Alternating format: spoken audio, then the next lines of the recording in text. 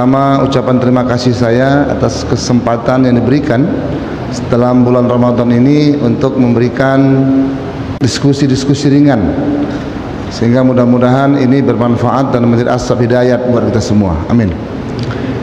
Yang kedua, saya juga mengucapkan terima kasih atas segala macam fasilitas yang diberikan, wabil khusus kesempatan untuk kita dapat berdiskusi. Semoga ini semua menjadi awalan untuk kita semakin cinta dengan suasana-suasana tausiah agama. Bapak Ibu, hari ini ada kecenderungan orang-orang tidak lagi mengasiki duduk dalam suasana tausiah agama, karena menganggap bahwasanya informasi-informasi agama itu dengan mudah bisa didapat melalui media sosial. Padahal walaupun mungkin secara sosialisasi informasi bisa kita dapatkan dengan media apa saja, tapi keberkahan majelis itu hanya didapatkan dengan duduk dalam majelis tausiah agama. Duduknya kita dalam majelis tausiah agama akan diberikan sakinah. Duduknya kita dalam majelis agama akan mendapatkan maghfirah. Agama Allah akan berikan rahmah. Dan duduknya kita dalam majelis agama, nama kita dan nama orang tua kita akan dibangga-banggakan Allah di depan majelisnya para malaikat di arasy-Nya Allah Subhanahu wa taala. Itu yang tidak bisa kita dapat melalui media-media apapun. Apalagi kita mencoba mencari informasi agama melalui katakanlah media-media sosial, melalui media-media IT yang ada sekarang, sambil baring-baring, Pak. Masya Allah. Itu sungguh tidak mencerminkan adab seorang penuntut ilmu, sehingga kadang-kadang ilmu mungkin bisa didapat, sosialisasi informasi mungkin bisa diterima, tapi barokahnya tidak akan ada. Karena itu duduknya kita di sini sejenak, insya Allah akan menjadi asbab Allah berikan keberkahan dan Allah akan berikan kebaikan buat kita semua. Bapak Ibu, topik kajian kita pada pagi hari ini membahas tentang masalah zakat dan hal-hal teknis yang berhubungan dengannya. Karena ini pertemuan terakhir, Pak, ya kan? Ya. Bapak Ibu, ibadah zakat ini ibadah yang agak unik, Pak. Karena dia memiliki hubungan dengan ibadah-ibadah yang lainnya. Ya. Zakat berhubungan erat dengan sholat. Sebab ayat-ayat yang berbicara tentang perintah zakat itu berbarengan dengan perintah sholat. 37 kali Allah ulang dalam Al-Quran ketika Allah perintahkan kita berzakat, itu dirangkaikan dengan sholat. Bermakna ada korelasi erat antara sholat dan zakat. Ulama membuat spesifikasi, kalau sholat itu adalah merupakan hubungan hablum minallah, zakat hablum minannas. Sehingga antara kedua-dua hubungan tadi mesti menyatu dalam satu ikatan yang baik. Zakat juga ternyata berhubungan erat dengan puasa yang kita lakukan. Sehingga dalam satu hadis Nabi pernah dicatat bahwasanya Nabi bersabda, "Saumu syahru Ramadan mu'allaqun bainas sama'i wal ard qabla ayyutiya zakah." Puasa Ramadan itu mu'allaq. Mu'allaq itu, Pak, artinya bergantung. Ya.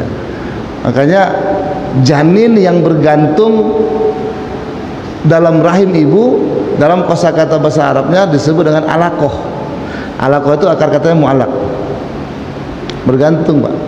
Ya, alaqah itu kalau dulu ya disebut, diterjemahkan dengan segumpal darah. Surah Al-Alaq, surah segumpal darah gitu. Iqra bismi rabbikal ladzi khalaq, khalaqal insana min 'alaq. Allah, manusia diciptakan dari segumpal darah. Padahal menurut pembahasan tafsir kontemporer, alaqah itu lebih tepat diterjemahkan dengan sesuatu yang bergantung, sebagaimana asal katanya, sesuatu yang bergantung di dinding rahim, yang dalam istilah teknis kedokterannya disebut dengan nama zigot. Ya. Ya, jadi awal proses terjadinya manusia itu dari nutfah atau sperma yang menembus dinding rahim, kemudian berproses secara alamiah selama 40 hari berubah menjadi alaqah, sesuatu yang menempel di dinding rahim. Mu'allaq, bergantung bainas sama'i wal ard, antara langit dan bumi. qabla ayu'tiya zakatal fitrah, sebelum dibayarkan zakat fitrahnya. Maka itulah Bapak Ibu, pembayaran zakat fitrah ini sudah boleh dilakukan di awal-awal Ramadan. Sudah boleh. Khawatirnya nanti Pak, ya, belum sampai Ramadan, belum sampai Syawal, zakat belum dibayarkan, Allah sudah cabut izin tinggalnya Pak, kan? Sudah kembali ke hadirat Allah SWT. Zakat belum dibayarkan, maka bagaimana nasib ibadah puasa yang kita lakukan beberapa hari ini? Nah, gitu dia Pak. Maka segerakan. Mana-mana yang belum bayar zakat Pak, lepas ceramah nih, nah datangi panitia zakat tuh Pak, udah standby itu. Ya Pak ya, bayangkan. Bukan tanggung-tanggung Pak panitia zakat nih Pak. Senyum itu menawan Pak, Masya Allah kan. Kalau tak bayar zakat ya kita ntar ada kelewatan betul lah kita. Assalamualaikum Pak Amil. Bayarkan segera Pak zakat. Bapak Ibu, zakat fitrah itu adalah zakat yang paling sederhana. Sederhana. Tujuannya sederhana, besarannya sederhana, orang-orangnya pun sederhana. Maka zakat fitrah itu Bapak Ibu adalah zakat yang dibayarkan ya hanya dengan satu sok makanan pokok. Sabda nabinya, so'an min tamrin au so'an min syairin, satu sok kurma, satu sok gandum. Yang menjadi persoalan, satu sok itu berapa Pak? Ini masalah ini. Karena sok itu takaran yang ada di zaman Nabi, yang hari ini standar. Takar itu, ini alat tukar itu, alat takar itu tak ada lagi. Orang sering menyamakannya dengan gantang. Gantang itu pun nggak populer juga Pak. Bapak-bapak pernah tak lihat gantang? Kadang-kadang dengar gantang pun cuma di lagu Pak.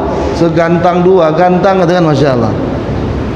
Jadi alat tukar, alat takar gantang itu pun masih debatable. Nah oleh karena itu para ulama akhirnya memberikan sebuah ijtihad, coba mengkonversikan sok itu dengan alat takar hari ini, sehingga karena ini merupakan sebuah ijtihadiyah, hasil yang dicapai pun variatif. Ulama Kepulauan Riau menetapkan 2,5 kilo, ulama Sumatera Utara menetapkan 2,7 kilo, ulama lain menetapkan 2,8 kilo, mazhab Hanafiyah menetapkan 3 kilo, Jakarta sekitarnya menetapkan 3,5 liter. Nah, yang mana mau kita pakai Pak? Silahkan yang mana aja, semuanya bagus, semua itu hasil ijtihadiyah, boleh, semuanya boleh, bagus, semuanya bagus. Cuma Pak, kan gitu lagi, ada cumanya. Kalaulah 4 opsional tadi diberikan pada kita, kira-kira kita pilih yang mana Pak? Ini Pak ada 2,5, 2,7, 2,8, 3 kilo. Tentunya yang paling banyak insya Allah pahalanya lebih besar, kan gitu Pak. Kalkulasi matematis kita kan begitu. Ini 3 kilo insya Allah pahalanya lebih besar. Ini 2,5, ya pahalanya sekedar-kedar lah, ala kadar. Ini lebih besar, ini ala kadar. Kira-kira kita pilih mana Pak? Hah? Besar lah Pak, uang gaji pun kita mau lebih besar kok. Indonesia kerja bangunan 10 juta gajinya, contoh aja Pak, contoh. Negeri seberang Pak, bangunan yang sama, ya keringat yang sama, gajinya 30 juta. Kerja di mana kita Pak? Nyebrang ke sana kita Pak. Biasa begitu ya. Iya. Nah, kalaulah duit saja kita mau cari yang besar, takkanlah pahala kita mau cari yang kecil, betul Pak? Gimana Pak Ketua? Betul Pak Ketua? Tentu pahala juga pengen cari yang besar Pak Ketua kan? Iya. Nah oleh karena itu Pak, saran saya kalau ada 4 pilihan itu, bayarlah zakat yang paling besar Pak. Toh tidak akan mengurangi harta kita, justru akan menambah berkah harta kita. Yakinlah Pak, tidak pernah ada orang bankrupt gara-gara berzakat. Kasihan Bapak tuh ya, habis harta semua. Kenapa? Rajin kali zakat dia. Nggak ada Pak. Ibu itu gara-gara sering sedekah sekarang miskin dia Pak. Hah, ada Pak?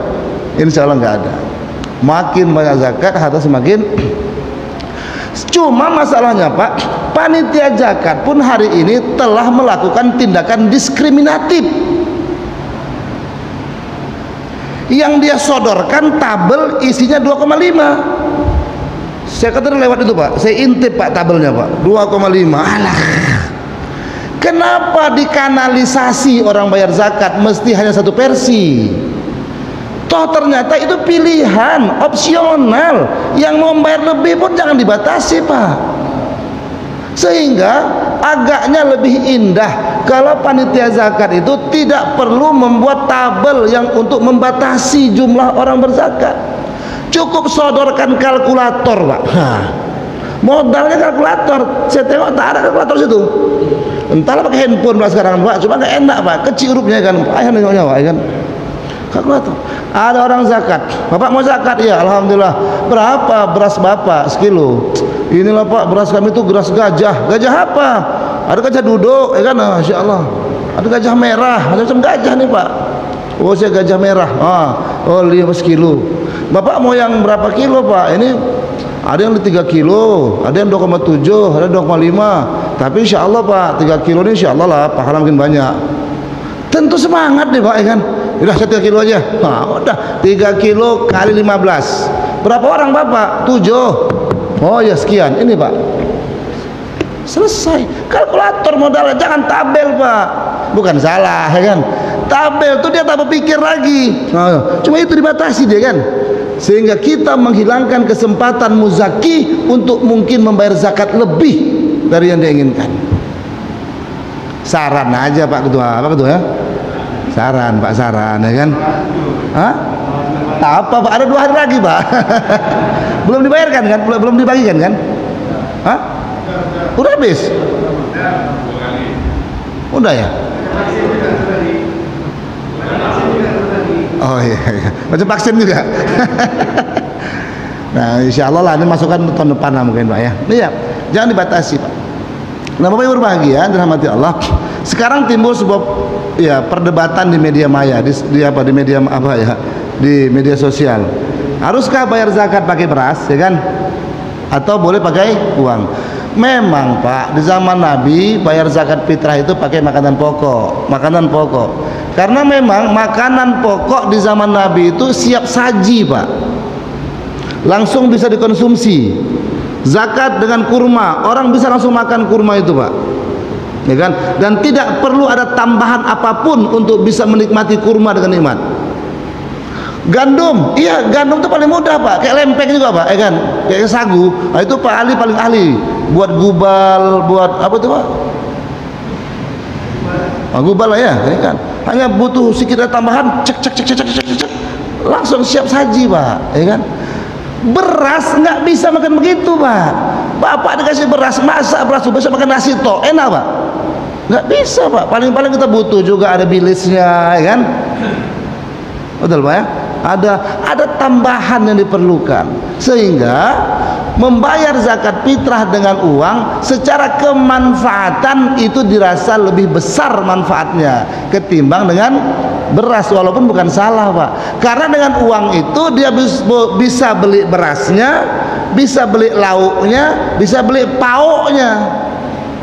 Orang Medan bilang pauk marah deh Pak ya, pauk kali kau katanya. Iya. Bisa beli lauknya, pauknya segala macam komplit dengan uang. Kalau beras saja Pak, dia besok masak beras tok, ya kan? Iya. Terpaksa barter pula dia. Beli kelapa dengan beras, nggak mungkin. Maka jangan ada tindakan yang menyalahkan orang membayar zakat dengan uang. Ada filosofinya, ada, karena kemanfaatan. Nah Bapak Ibu berbahagia, sering menjadi persoalan ya, kepada siapakah kita harus membayarkan zakat. Ini mungkin bahasan terakhir kita Pak, yang agak lebih spesifik. Kepada siapa sih zakat itu berhak diberikan? Al-Quran menyebutkan dalam surah Taubah ayat ke-60, orang-orang yang berhak menjadi penerima zakat cuma 8 Pak, cuma 8, nggak boleh lebih-lebih Pak. Ya. Pertama, fakir. Fakir itu orang yang tidak punya penghasilan sama sekali, baik karena kecacatan ataupun karena ketuaan, ya. Tua, uzur, tak punya penghasilan sama sekali, itu fakir Pak. Cacat Pak, tak bertangan, tak berkaki, sulit untuk bekerja, itu fakir, hingga dia tak punya penghasilan. Yang kedua miskin, orang yang punya penghasilan tapi kebutuhannya penghasilannya tidak bisa memenuhi kebutuhan, miskin Pak. Cuma miskin ini bisa ada dua macam. Ada miskin memang karena keadaan, ada miskin karena diada-adakan Pak. Ulah dia yang buat dia miskin tuh Pak, Masya Allah. Secara penghasilan mungkin masih terkategori bagus, ya, masih di atas UMR. Katakanlah kalau UMR dijadikan standarisasi ukuran kemiskinan, penghasilannya di atas UMR, tapi karena ulah dia Pak, asyik kredit aja Pak, Masya Allah, ya. TV kredit, motor kredit, rumah 4 motornya Pak, kredit semua. Apa tak pening kepala dia? Nanti nampak panci-panci datang, bini dah bang, kredit panci banget, Masya Allah. Semua kredit, akhirnya besaran penghasilannya tidak bisa memenuhi, ya, kebutuhannya dalam sebulan. Itu miskin karena diadakan Pak. Ya, maka itu sebenarnya kita ini kaya, kebutuhan manusia sudah dicukupi oleh Allah SWT. Yang tidak dicukupi itu adalah keinginan manusia Pak, Masya Allah. Standar kebutuhan kita sudah Allah cukupkan, tenang aja Pak. Habis kebutuhan kita, habis hidup kita Pak, matilah kita, selesai. Orang mati itu karena rezeki kebutuhannya habis, sudah selesai. Nggak usah kita analisa Pak, kenapa dia mati? Karena C19, alah, udah itu, ya kan? Nggak ada orang mati itu karena sudah habis rezekinya. Orang mati itu karena sudah selesai perjanjiannya kepada Allah SWT. Jangan pula orang belum mati dimati-matikan juga Pak. Iya. Bapak berbahagia dirahmati Allah SWT. Maka kebutuhan itu pasti cukupi. Cuma memang yang tidak dipenuhi Allah adalah keinginan Pak. Biasanya keinginan itu berhubungan dengan gaya hidup.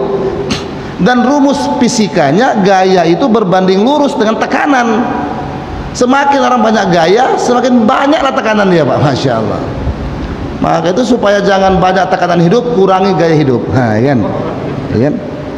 Kurangi gaya hidup. Bapak Ibu, itu miskin. Yang ketiga, amil. Amil itu Pak yang berhak menerima zakat. Bolehkah saya bayar zakat langsung ke orang? Boleh, tapi nggak afdol. Kenapa? Karena kita berarti telah melikuidasi salah satu orang yang berhak menerima zakat. Orang yang bayar zakat melalui langsung boleh, tapi dia tidak mengamalkan ayat Quran yang mengharuskan melibatkan amil dalam sebuah proses penyaluran zakat. Orang yang berhak menerima zakat itu ada amil Pak, tengah-tengah. Fakir, miskin, amil. Kenapa Allah cantumkan amil? Difungsikan.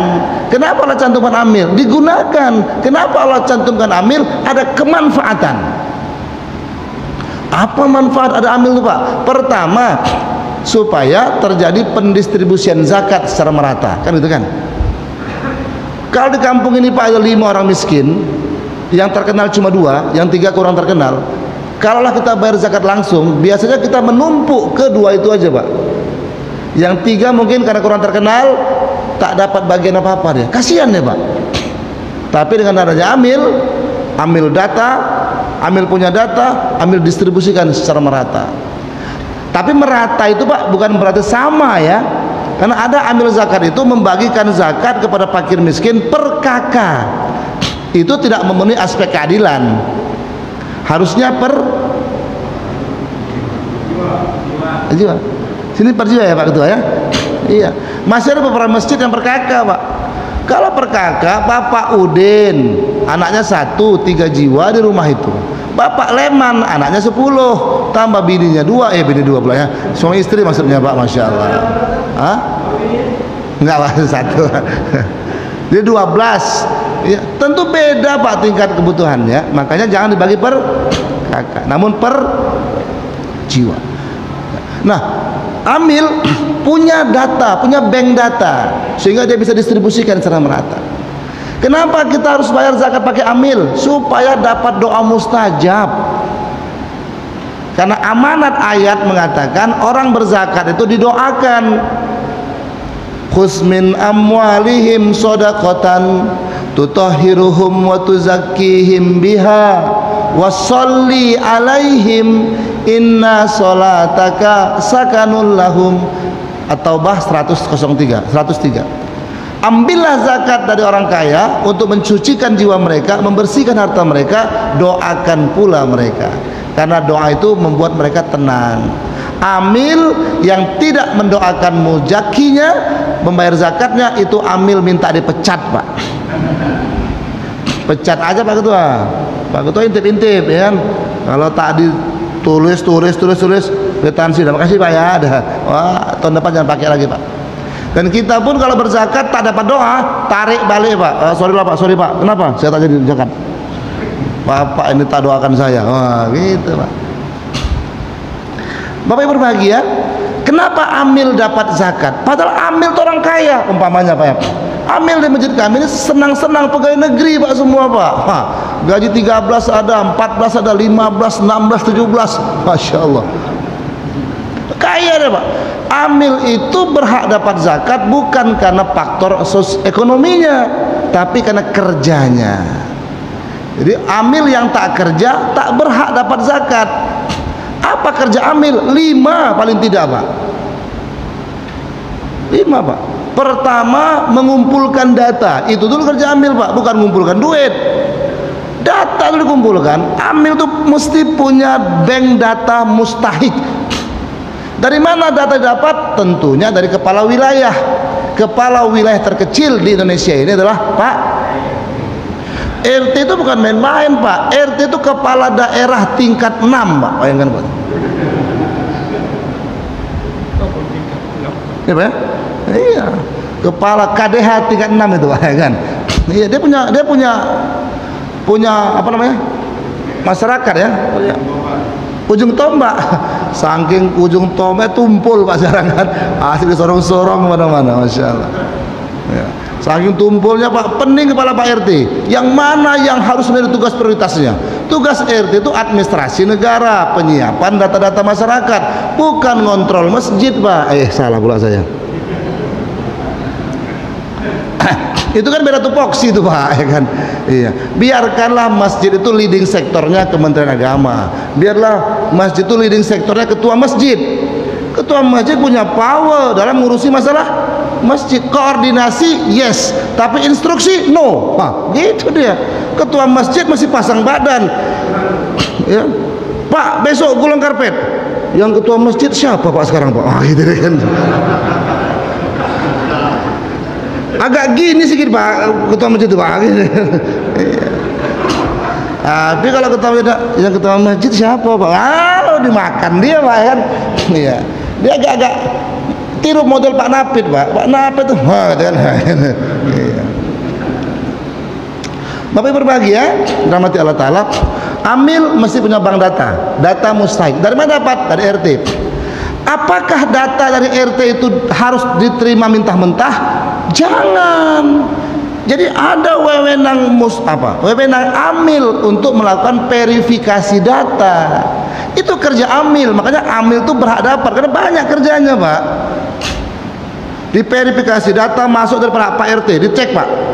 Pak Leman, kategori miskin, tanggungan 6. Kok 6 ya? Bini, suami, anak 4. Anaknya 4 di tahun lalu memang belum kerja semua, tapi tahun sekarang ini yang tua udah kerja ini. Ya kan? Coret 1, tinggal 5. Nomor 2, perempuan udah kawin semalam ini, dibawa laki dia ke Medan. Oh iya, coret. Diverifikasi data itu Pak. Boleh jadi dikurangi. Jangan terima mentah-mentah. Karena kadang-kadang Pak RT pun banyak kerja Pak. Ya. Maka data yang diberikannya data tahun lalu, ya kan? Copy paste aja Pak, tinggal ubah tahun aja, ya kan? Kalau tak diverifikasi nggak jadi barang tuh Pak, Masya Allah, nggak deal kita. Apalagi kalau ada RT itu yang baperan, baper Pak. Mana-mana warga yang tak dia suka Pak, tak dimasukkan dia. Ini Pak Joko nih degil betul nih, nggak pernah pakai masker kemana-mana nih. Aku tak masukkan nama dia. Contohnya Pak, contoh. Tak dimasukkan dia Pak. Padahal warga dia itu. Amil cek RT 3. Loh kan ada Wak Joko di sini. Kok nggak ada namanya ya? Oh, RT tak masukkan. Masukkan Pak. Kalau terima mentah-mentah nggak masuk Wak Joko. Karena pas selek dengan Pak RT, ya kan? Tapi di sini tak ada Pak RT baperan, ya. Di sini Pak RT semuanya idealisnya bagus Pak, ya. Kerja profesional. Ada lagi Pak model Pak RT di kampung seberang sana memasukkan setiap data, baik data BLT kah, baik data penerima raskin kah, data apa saja termasuk data mustahik zakat yang dia masukkan tak jauh daripada AMPI Pak. Anak, menantu, ponakan, ipar. Itu aja Pak, Masya Allah. Ini repot lagi ambil zakat Pak kalau tadi verifikasi. Nah maka verifikasi itu kerja pertama amil. Yang kedua, kerja amil di samping mendata, mengumpulkan data, memverifikasi data. Yang ketiga baru menerima zakat. Menerima zakat kadang-kadang sampai malam gitu Pak, ya. Dari mulai asar. Nah wajar lah Pak dapat zakat. Kerja deh Pak. Pak? Pak Ketua? Jam 12 kan kasihan Pak, Masya Allah. Bukan kasihan ya, kerjanya besar gitu loh Pak, ya. Yang keempat apa kerja amil? Ya, setelah mengumpulkan, ya mendistribusikan. Yang kelima, mendayagunakan. Maksudnya apa? Zakat itu kan perlu dipilah Pak. Pendapatan zakat fitrah dan pendapatan zakat mal. Zakat fitrah bagi habis sebelum khatib naik mimbar. Ya. Boleh tak Pak kalau zakat fitrah dibayarkan setelah khatib naik mimbar? Boleh. Siapa tahu Pak orang miskinnya pulang kampung. Oh sekarang nggak boleh ya. Dia pulang kampung juga lah, tapi kampung kolam Pak, kampung kolam, kampung Jawa ya kan, Masya Allah. Tak ada tempat lah dia. Atau kepada khotib kan bisa bilah ya, khotib dikasihkan. Oh tapi khotib nanti boleh Pak. Yang tak boleh itu mengeluarkan zakat sebelum khotib naik mimbar. Kalau menyampaikan zakat, menyalurkan zakat boleh. Nggak apa-apa Pak. Si muzaki ini yang tak boleh bayarkan zakat sebelum khotib naik mimbar, deadline-nya. Jadi jangan pula amil salah kaprah. Begitu ada orang mau sholat id datang tiba-tiba, tolong Pak Amil, saya belum zakat, lupa saya Pak. Nih bayar zakat dah, terima ijab kabul, pening Pak Amilnya. Aduh mau dikasih ke siapa nih ya? Ntar lagi khotib naik mimbar, nggak sempat nih. Kalau lewat khotib naik mimbar jadi sedekah. Udahlah kalau gitu untuk aku aja lah, aku amil juga kok katanya. Kocek dia Pak, ya kan? Ini kan berat dapat zakat juga. Padahal dia bisa saja menyalurkan setelah nggak apa-apa, menyalurkannya nggak apa-apa. Kalau dikasih diambil ke dia semua Pak, semalam baru dibagi jatah ya kan, dapat banyak sedikit kan, ini dapat lagi banyak, Masya Allah. Itu bukan amil Pak, itu hamil namanya, Masya Allah. Bapak Ibu berbahagia dan rahmati Allah, kerja amil itu agak berat, ya, karena itu dia berat menerima zakat. Yang keempat Pak, siapa itu? Mu'alaf. Siapa itu mu'alaf Pak? Mu'alaf itu adalah orang yang dilunakkan hatinya. Apakah ada batas waktunya? Nggak ada. Batas waktunya sampai dia taat Pak. Bapak itu udah 10 tahun mu'alafnya, masa mu'alaf terus? Ya oke. Dia sudah ke masjid belum? Belum ada pernah ke masjid. Udah, itu berhak dilembutkan hatinya. Karena mu'alaf itu artinya dilembutkan hatinya. Datang ke sana, kasih zakat sambil dakwah sedikit. Ajak Pak Habsi sana yang ahli dakwah ya kan, ahli dakwah hikmah ya Pak, Masya Allah sambil khususi Pak 2 jam setengah ya kan Pak ya, inilah kami dari masjid nih Pak ya, adalah sedikit ya tanda kepedulian orang masjid ke Bapak, rindu orang Bapak orang masjid dengan Bapak ya, ini Pak sedikit Pak ya. Nah tapi nanti Pak di masjid kita Pak ada program-program Pak, alhamdulillah ya, tiap 5 waktu kita berjemaah ramai, masjid pun udah nyaman, karpetnya dingin, Masya Allah, kipas angin ada. Kabarnya Pak bentar lagi mau diganti AC Pak, wah kan semangat ya kabarnya Pak ya. Mau ganti AC. Ajak bujuk hatinya supaya mau ke masjid. Zakat itu sebagai medianya aja. Jadi jangan dibiarkan 10 tahun tak ke masjid, udah tak jadi mualaf lagi. Makin biarkan jauh, balik Pak ke agama dia. Tak ada perhatian dari orang Islam gitu kan. Gitu. Tapi kalau mungkin dia begitu masuk Islam, langsung keimanannya mantap, tak perlu dizakati Pak.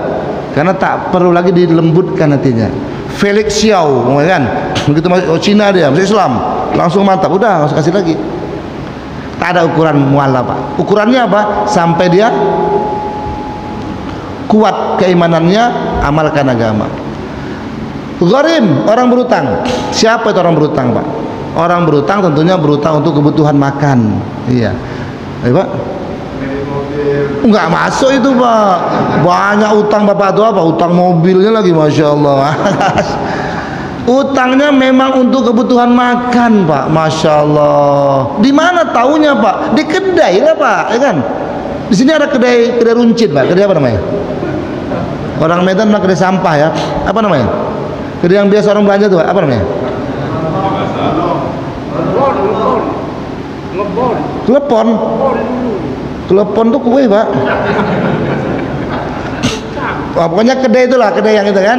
Nah, jumpai yang punya kedai, Pak, di kampung kita ini, di RT kita ini, di perumahan kita ini, ada tak, Pak, yang utangnya agak payah bayarnya, Pak? Oh, ada, Pak. Siapa ini, Pak? Pak Bedul, Masya Allah. Mohon maaf, Pak, ya, kalau nama ada kesamaan nama tempat, ini faktor kebetulan belaka. Pak Bedul, Pak.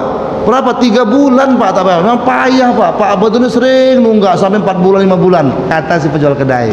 Udah, ambil zakat, panggil Pak Bedul, ya kan? Pak Bedul, untuk tahun ini ya utang Pak Bedul kami dari panitia zakat sudah selesaikan. Jadi, Pak, udah, tenang aja, Pak. Kata Pak Bedul, alhamdulillah, Masya Allah. Besok tahun depan ku buat lagi ini gitu kan. Ya nggak bisa, Pak. Sampaikan Pak Bedul, cuma sekali Pak Bedul, ya kan? Nah, ya.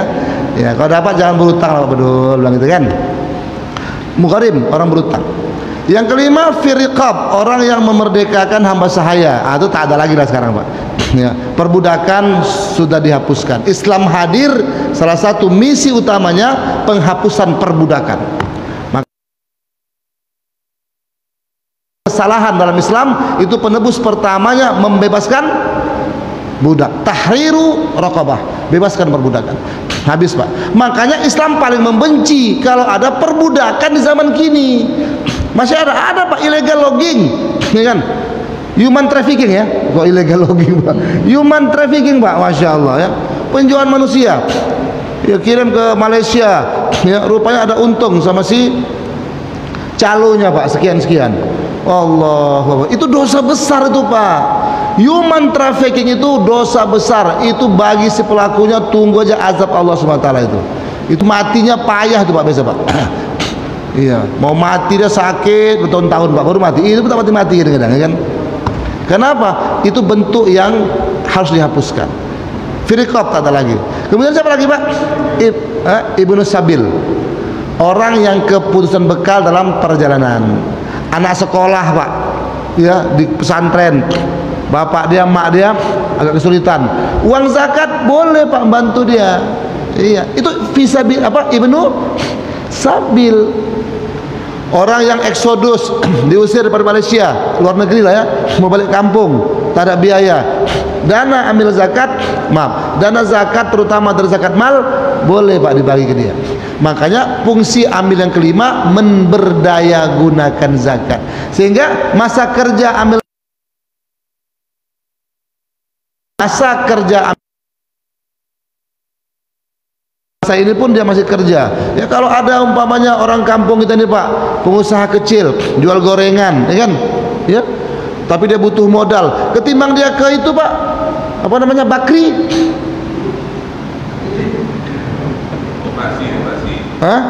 koperasi lah ya, ada bakri, Bang, kawan-kawannya Pak Napid, Pak Napidnya Batak Kredit. Itu bank 46, Pak, pinjam 4 baliknya 6. Wah, ada kelipatan 50%, Pak, Masya Allah.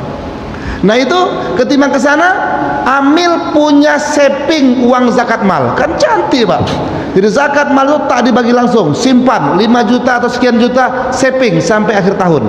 Wah, sampai ketemu Ramadan tahun berikutnya. Untuk apa? Yang gitu-gitu bagikan, disuntikkan, diimpus. Nah, ini bahasa apaan nih? Diimpus sedikit dia kan, nah, kan? Diimpus dia dengan permodalan dari zakat mal kita, sehingga diharapkan tahun depan dia boleh menjadi muzaki. Hah? Iya, jangan dihabiskan semua zakat itu, Pak. Terutama dari alokasi zakat mal. Zakat mal itu boleh disimpan sampai ketemu Ramadan tahun berikutnya. Jadi kalau kira-kira sampai Ramadan tahun depannya, Pak, ya ternyata masih banyak uang zakat kita, siap-siap, Pak, jadi pengusaha mendadak, ya kan? masing-masing buat kedi apa, gorengan, supaya apa, cair barang tuh ya kan. Akhir tahun kan gitu Pak ya, dana masih ada, jor-joran ya, menghabiskan sisa anggaran. Nah itu Pak Ketua lah itu ya, yang punya pasal di kantornya itu. Nah baru lagi ya, Ibnu Sabil.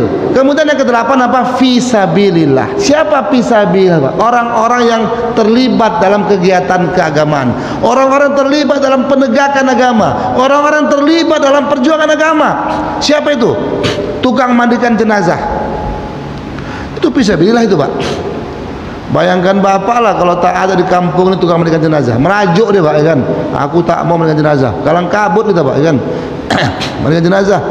Guru ngaji itu udah dibayar Pak, berapa perak kali kita bayar dia Pak. Kita bayar guru ngaji 20.000, 30.000 udah bangga kali kita ya kan. Iya, padahal kita bayar guru les komputer, les bahasa Inggris ratus ribu lagi Pak, tak pernah kita persoalkan. Berapa uang hajinya Bu? 20.000 aja lah Pak ya. Mahal kali Pak, Ibu ini mengkomersialisasi agama namanya nih ya.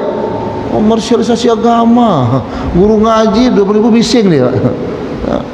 Nah Ibu, guru ngaji. Siapa lagi? Noja masjid, mohon maaf ya, imam masjid. Wah ya kan. Apa lagi Pak? Ya orang-orang terlibat dalam muazin. Yang terpakai telolong tiap hari itu Pak. Itu boleh, bukan harus Pak ya. Boleh dijadikan penerima zakat. Asbabnya mana? Fisabilillah.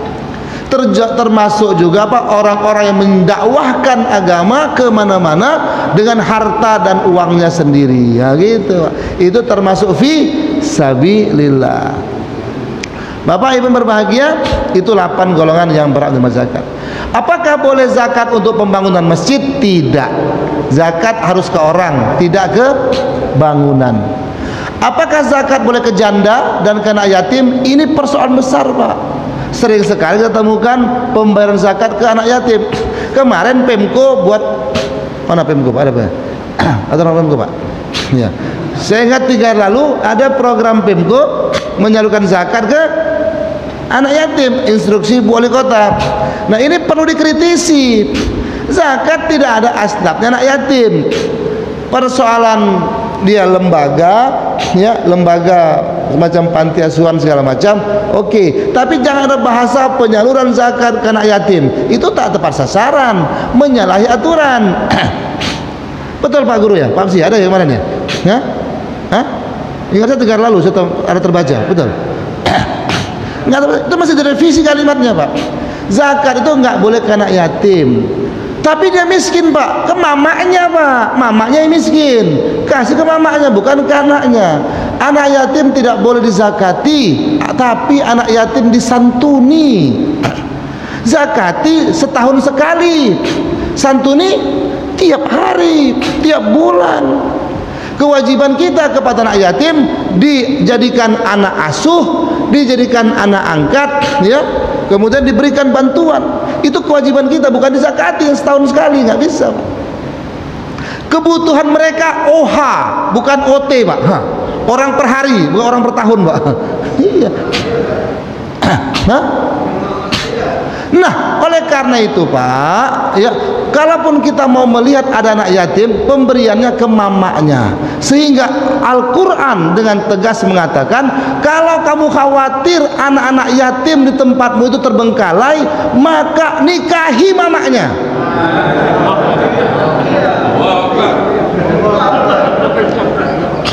Saya kalau yang gini suka aja nih Pak.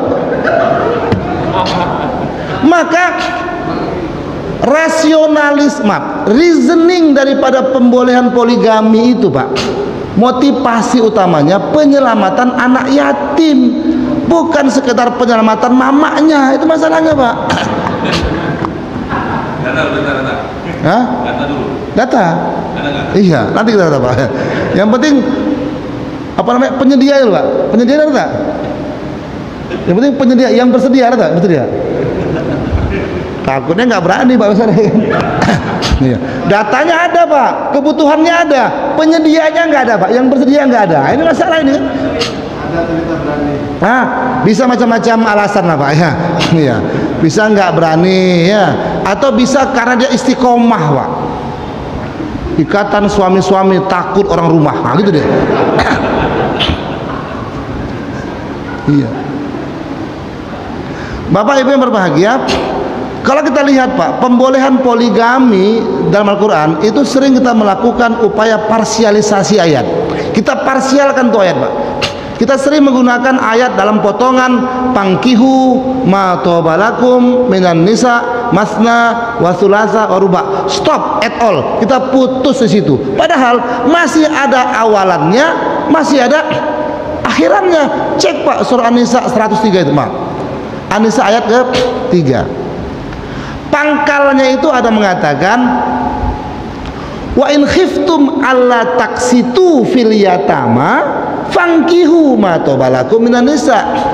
Kalau kamu khawatir, ya, khawatir Pak, tak mampu berlaku adil kepada anak-anak yatim.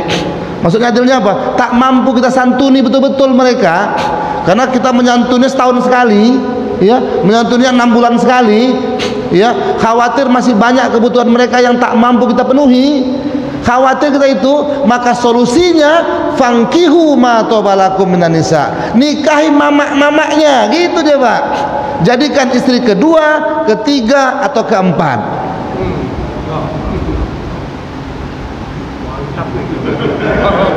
Hah? Takbir. Kembali ke cerita awal Pak. Jadi menikahi mendua Pak, poligami lah ya, itu adalah misi utamanya penyelamatan anak yatim. Maka kalau ada setelah hasil pendataan yang dilakukan oleh abang da kami tadi kan, karena beliau paling hobi mendata-data janda Pak ya. Ya. Kalau hasil pendataan beliau, ada berapa janda di tempat kita? Ada janda anak 1, ada janda anak 5. Yang mana menjadi prioritas penyelamatan kita? Anak 5 Bang. Siapa Bang ya? Iya. Kadang-kadang di situ yang kita nggak siap Pak, ya kan? Ini berapa? Anak 5. Hah, 5 mak kacau ini. Kalaulah kita menikah poligami itu semata-mata misinya penyelamatan maknya, apa ya, tanpa mempertimbangkan anaknya, maka yang terjadi adalah pasca pernikahan poligami terjadilah penterbengkalaian anak-anak yatim semuanya bertambah. Tak diurus dia anaknya Pak ya. Yang penting mamak dia aja diurusnya. Ini kacau ini. Maka tolong sampaikan Pak kepada orang-orang yang mau niat poligami hari ini. Sampaikan kepada orang-orang yang mau berpoligami bahwa tujuan kita poligami untuk menyelamatkan anak-anak yatimnya. Siapa ketua? Tentunya kita berikan kesempatan kepada yang ada kemampuan Pak, ya kan? Iya. Kita cocok ya. Nah Bapak berbahagia.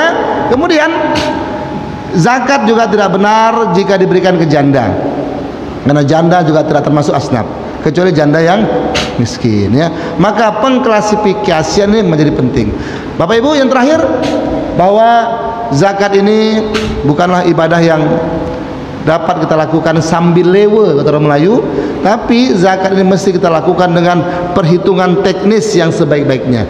Karena di samping zakat fitrah yang kita bahas tadi, juga masih ada zakat mal yang perlu kita tunaikan. Balik daripada sini Pak, cek harta kita, uang tabungan kita, emas yang disimpan istri kita, hasil perdagangan kita. Dagang ini Pak, baik dagang online maupun dagang offline Pak ya. Iya. Iya, dagang online ngeri lagi Pak sekarang hasilnya. Ya. Hasil ternak kita, barang-barang temuan kita, ya, dan hasil pertambangan kita. Ya, di sini nggak ada yang kerja tambang lah Pak ya. Tapi kalau ada yang kita kerja tambang, pikirkan Pak, pertambangan itu ada zakatnya 20% dari neto, ya, dari hasil bersih keuntungannya. Ya. Barang tambang yang tak dizakati akan memberikan kehancuran. Fakta membuktikan Indonesia ini Pak, apa yang tak ada tambangnya Pak? Emas, batu bara, semua tambang. Tapi kenapa nggak barokah? Karena nggak pernah kita dengar ada zakat pertambangan. Nah, ini Pak Ketua yang bekas dinas pertambangan, nah, ya kan? Betul Pak Ketua ya?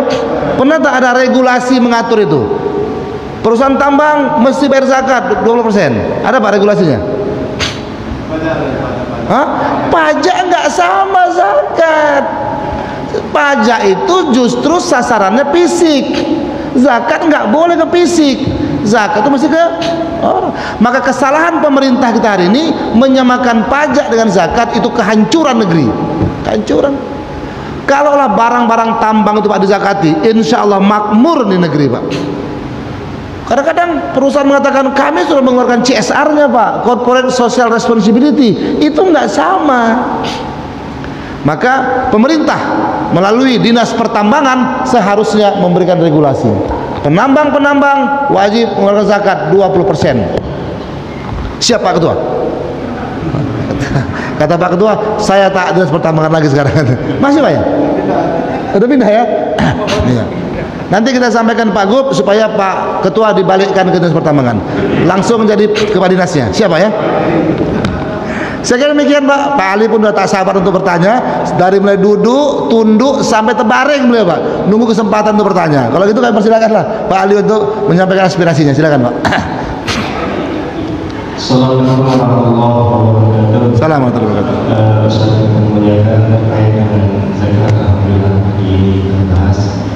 Dengan kami selaku zakat, pertama saya ingin menanggapi yang dikatakan Ustaz Abdul tadi. Ya kami wa'ul alim hukum bukan kemenangan yang membuat. Seharusnya kemenangan pun mau konsisten lah kalau ada 3% dari masa Hanafi itu kita terkait. Gini Ustaz, sekian lama selama ini kami jadi berzakat bermacam-macam muzaki yang datang ke kami. Pertanyaan ini, apa yang lapas doa, apa yang harus kami sampaikan ke muzaki yang datang ke kami itu anaknya? Sementara tanggung jawab seorang orang tua, terutama ayah yang menangkahkan keluarga, kan beliau itu jadi usul ya, usul kita maafkan. Kan para bapak yang harus mengambil zakat itu. Yang kedua, yang pertama terkait niat anak tadi itu, tak mungkin sengaja aku mengeluarkan zakat untuk diriku dan keluargaku. Sebenarnya dia yang dinafkahi oleh bapaknya. Itu yang pertama. Yang kedua, muzaki berwakil sama orang lain.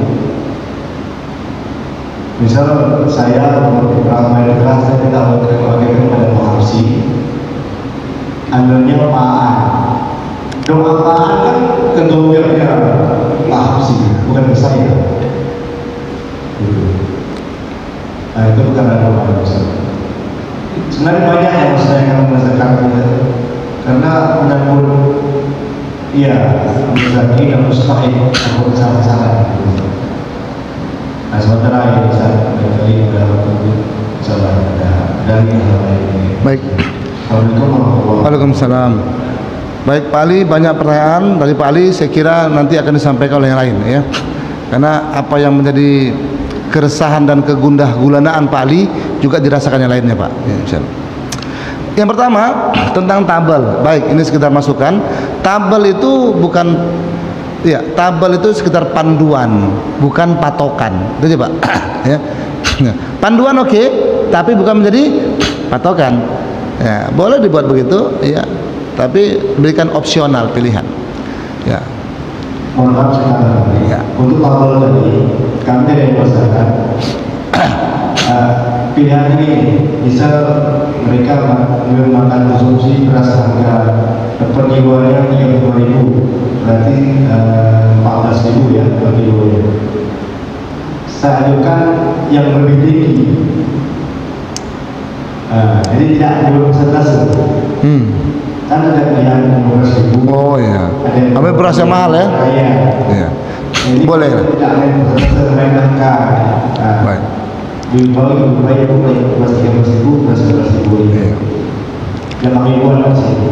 Jadi kelebihan harga itu, jadi bermain di kelebihan harga ya. Iya. Intinya begitu Pak, bagus itu. Ya, yang penting kita tidak mematokkan, ya. Iya.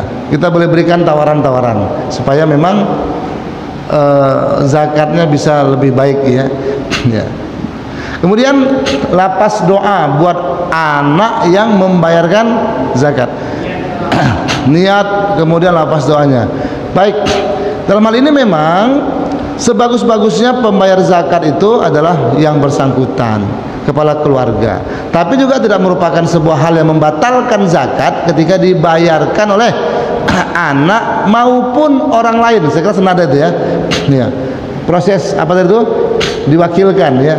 Tidak membatalkan zakat asalkan pada waktu ijabnya disebutkan bahwa ini adalah zakat atas nama keluarga Bapak Sulaiman sebanyak sekian jiwa.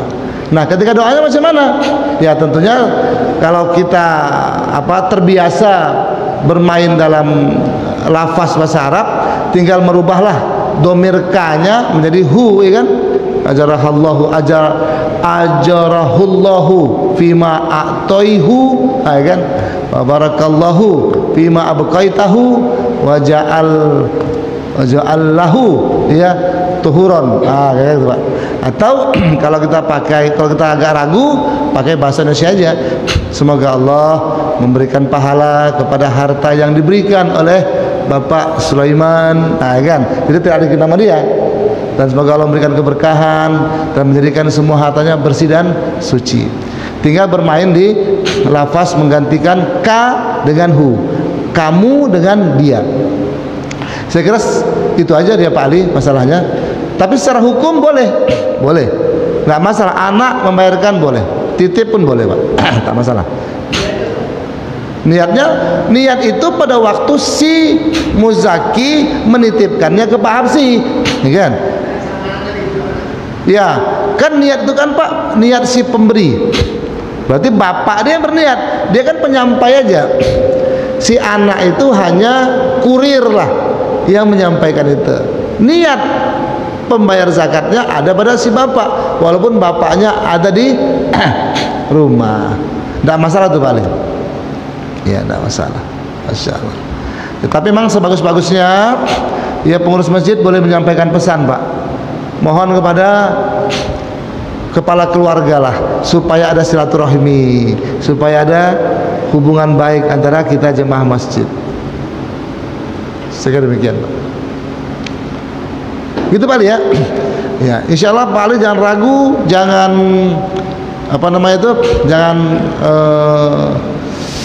jangan bimbang. Insya Allah tugas Pak Ali sebagai amil zakat ya udah bagus itu. Masya Allah. Ya nampaknya. Gimana Bang? Amil? Boleh saja, temporer lah ya, sampai dengan selesainya sholat Id gitu ya. Boleh, tak masalah. Cuma tadi itu dia berarti hanya melakukan tugas keamilan ngurus zakat fitrah saja. Padahal zakat itu ada zakat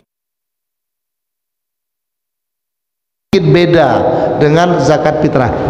Ini Pak yang mesti disepakati juga oleh semua pihak amil. Perlakuan kepada zakat fitrah tidak sama persis dengan perlakuan kepada zakat mal. Secara hadis saja dikatakan Nabi, zakat fitrah targetnya agnuhum anit tawafa fi hadzal yaum. Agnuhum, cukupilah mereka anit tawaf, hingga mereka tidak berkeliling minta-minta fi hadzal yaum, di pagi hari raya. Targetnya konsumtif untuk zakat fitrah. Tapi zakat mal targetnya apa? Bagaimana seorang mustahik itu tahun ini dia menjadi mustahik, tahun depan dia boleh menjadi muzaki, pembayar zakat. Oleh karena itu jenis pembagiannya, jenis pemberiannya produktif. Itu beda Pak. Fitrah dengan mal. Fitrah konsumtif, mal produktif. Maka itu bisa disimpan selama setahun. Ya tapi kalaupun dia habis raya selesai nggak apa-apa juga. Tapi perlu diwacanakan supaya tahun depannya ada perbaikan-perbaikan, bahwa masa bakti ambil zakat paling tidak sampai ketemu Ramadan tahun depan. Itu kalau di tempat itu zakat malnya banyak, ya kan? Ya, kalau di perumahan Taman Harapan Indah ini kan besaran zakat mal Pak daripada zakat fitrah. Oh, Bapak nggak tahu aja, Pak Ketua ya? Betul Pak ya? Zakat malnya di Basnas. Hah? Surga? Oh boleh. Nah, boleh kalau itu mungkin solusi. Kalau memang dirasa amil kita nggak punya kompetensi dan tak punya waktu banyak untuk mendayagunakan zakat mal, boleh diwakilkan ke Basnas. Zakat mal serahkan ke Basnas biar mereka yang mendayagunakannya. Cuma kan sayang, kadang-kadang kan pertama susah, yang kedua ya orang kampung kita di sini nggak dapat nanti. Hah? Nah, yang susah. Nah, maka iya prosedurnya. Makanya mindsetting pengurus amil zakat itu mesti dirubah. Iya, bahwa kita aja Pak yang lola, tapi di shaping namanya ya. Iya, bisa lebih tepat sasaran dan mudah dalam pengurusan. Ya gitu. Hah? Nggak ada unsur paksakan Pak. La ikraha fiddin. Tak ada paksaan dalam agama. Nggak ada Pak. Tidak ada sanksinya apa-apa kan? Iya. Hanya himbauan iya Pak, himbauan. Ustaz, ada salah kabar bahwa amil zakat yang di Masjid Surau versi pemerintah atau Basnas itu UPZ tidak mendapat hak amil yang kami dapat. Ya. Nah, sehingga kami ini perpanjangan tangan mereka mengumpul tentang UPZ. Jadi yang amil itu mereka asal. Ya. Nah, bagaimana menurut pandangan Islam? Ya. Terutama yang melakukan asnaf tadi. Ya. Amil itu Pak adalah istilah yang digunakan untuk orang yang berhubungan dengan pengumpulan zakat. Al-Quran hanya menggunakan satu istilah, yaitu amil, ya kan?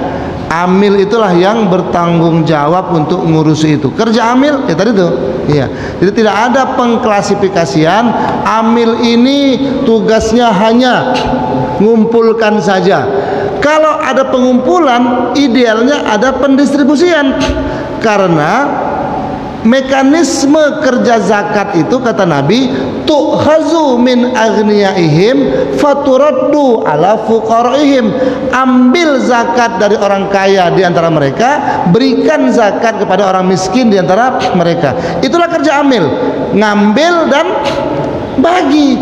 Itu siklusnya begitu. Itu siklus paling sederhana. Ambil, bagi. Jadi kalau tugas amil dikerdilkan hanya untuk ngambil saja, ngumpul saja, itu telah terjadi namanya proses penzoliman. Iya. Ya. Secara penamaan oke lah, ini UPZ namanya terserah. Tapi secara wewenang, ya, masih sama. Kecuali kan bahasanya tadi cantik, Pak, Bapak membagikan zakat fitrah aja ya, karena zakat mal kan perlu ada proses analisa, ya, ada proses interview, wawancara, ya, mending kami aja. Itu boleh Pak, himbauan bukan paksaan. Ya, jadi UPZ ambil zakat di masjid boleh, tetap melakukan pendistribusian di tempatnya. Nggak akan mampu Pak, mohon maaf ya, kalaulah semua zakat disetor ke Basnas, nggak akan mampu dia, nggak punya tenaga dia untuk membayarkan menyalurkan zakat di malam raya itu. Berapa masjid, berapa ribu orang Pak, mampu dia? Nggak mampu, kecuali zakat mal. Zakat mal masih oke. Tapi kalau semua zakat diserahkan ke dia, kasihan mereka Pak, teler mereka Pak. Sekarang demikian Pak ya, waktu istirahat tiba. Inilah waktu yang tepat untuk kita berhenti karena Pak Absi sudah memberikan isyarat tertentu. Yep. Maka tutup tasbih para majelis. Subhanallah. Assalamualaikum warahmatullahi wabarakatuh.